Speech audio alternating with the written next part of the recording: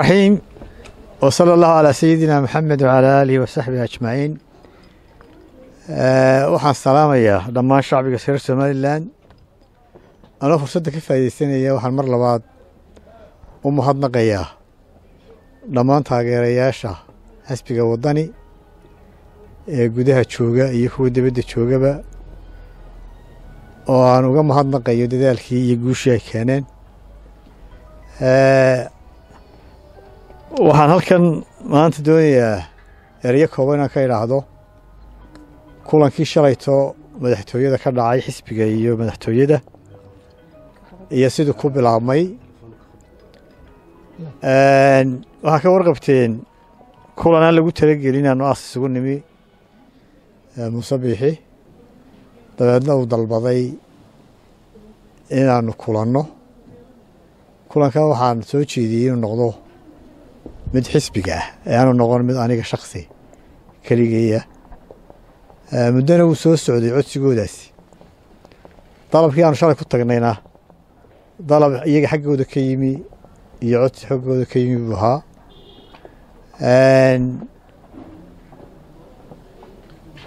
waxaanu halkaa kala kulannay madaxweynaha iyo ku-xigeenka. waxay soo jeediyeen oo nuxurkooda ku koobnaa in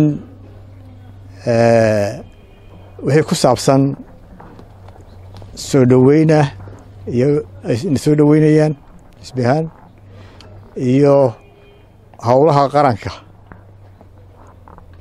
wixii khuseeya dhammaan dee dhinacyada iyo qarankaba laga wada shaqeeyo.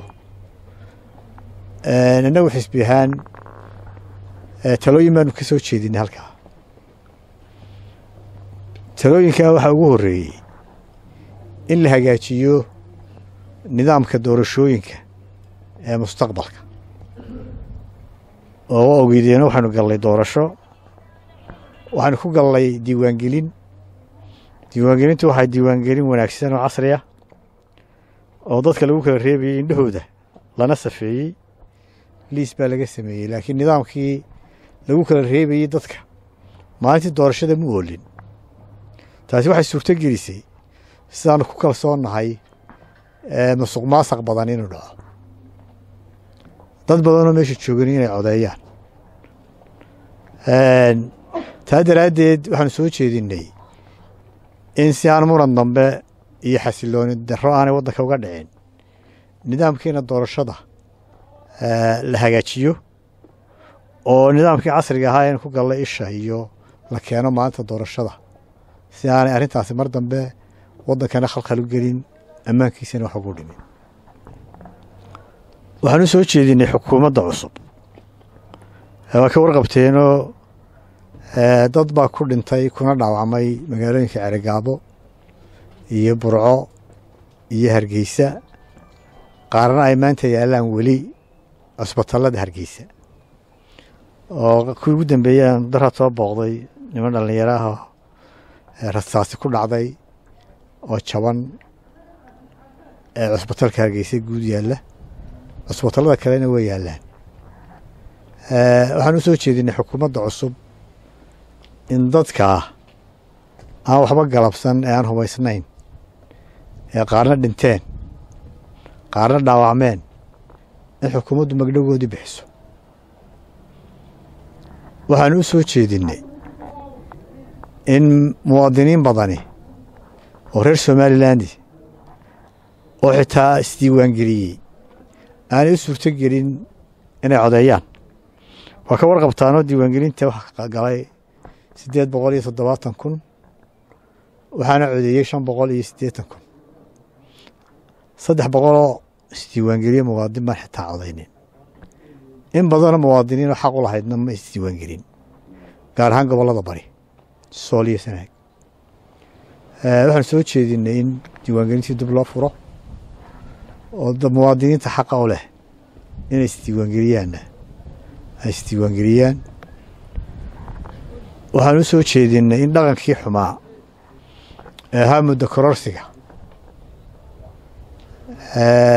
aanu ku soo noqon Somaliland oo doorashooyinku wakhtigii loogu talagalay ay qabsoomaan wixii ka qabayaa hadday xeer tahay iyo hadday saami qaybsi tahayna la dhammeeyo wakhti munaasiba si aanay doorashooyinku ay noqon wax caado ah inay dib u dhacaan dhammaan golayaasheenna hadday baarlamaan tahay hadday deegaan tahay iyo hadday guurti tahay iyo hadday madaxtooye tahayba waxaa ka warqabtaan somalilan weli maamulka kuma wada fidin dad badan oo reer somalilanna oo doonaya de inay nidaamkii somaliland ka mid noqdaan oo khaatuma ka mid tahay oo maamulkeenu meel aanu gaadhin waa jiraan dadkaasi waxay doonayaan ay jecel yihiin inay somaliland ka mid noqdaan si loo helo somaliland la wada leeyahay waxay codsanayaan waxaa ka mid ahaa in dastuurka la furo waxaanu soo jeedinay iyadoo laga wada tashanayo in dastuurkuna uu noqdo wax la furo si loo helo dhammaan dadka danaynaya inay somaliland ka mid noqdaan waxaanu kala hadalnay dhibaatada badan ee shacbigu maanta ku jiro oo sicir bararku ka mid yahay aanu u tirinayno xukuumaddeedii kulmiyuunba haddana waddanka haystee in laga dhaxlay sicir barar xun oo nolosha dadka cidhiiri geliyey in wax laga qabto waxaan ku soo gowaanadayaa waxaanu xukuumadda cusub u sheegnay in doorka xisbiga waddani uu yahay sida sharcigu farayo door xisbi mucaarida oo adag insha allaahu waxaan u soo jeedinay inay xukuumaddu u dul qaadato mucaaradadda iyo saxaafadda labadaba waanu ka hadalnay xadhigga saxufiyiinta xidhan waxyaabahaasi waxay ahaayeen waxyaabihii aanu kala hadalnay ama u soo jeedinay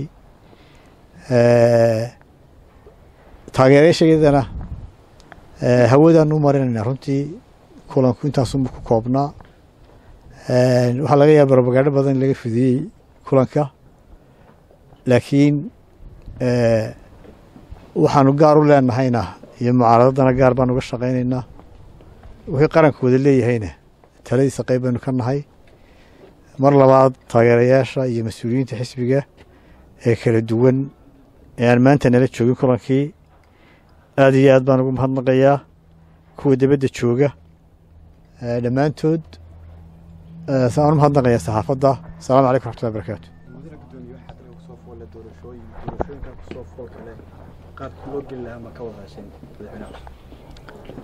waa ku daray oo in doorashada horta wakhtigoodii ay dhacaan laba wixii ka qabaya ah hadday xeer tahay hadday tahay saami qaybsi dhammaan golayaasha hadday guurti tahay in la sameeyo xeerkoodii golaha wakiilada deegaanka kuwaasoo dhan in wakhtigoodii la qabto iyo in la qabyo tiro waxay sheegtay xukuumaddu inay arrintaa bilowday komishinka u yeedhay shirguddoonyada la hadlayso markaa kadibna laga wada tashan doono arrimaha doorashada si loo qabanayo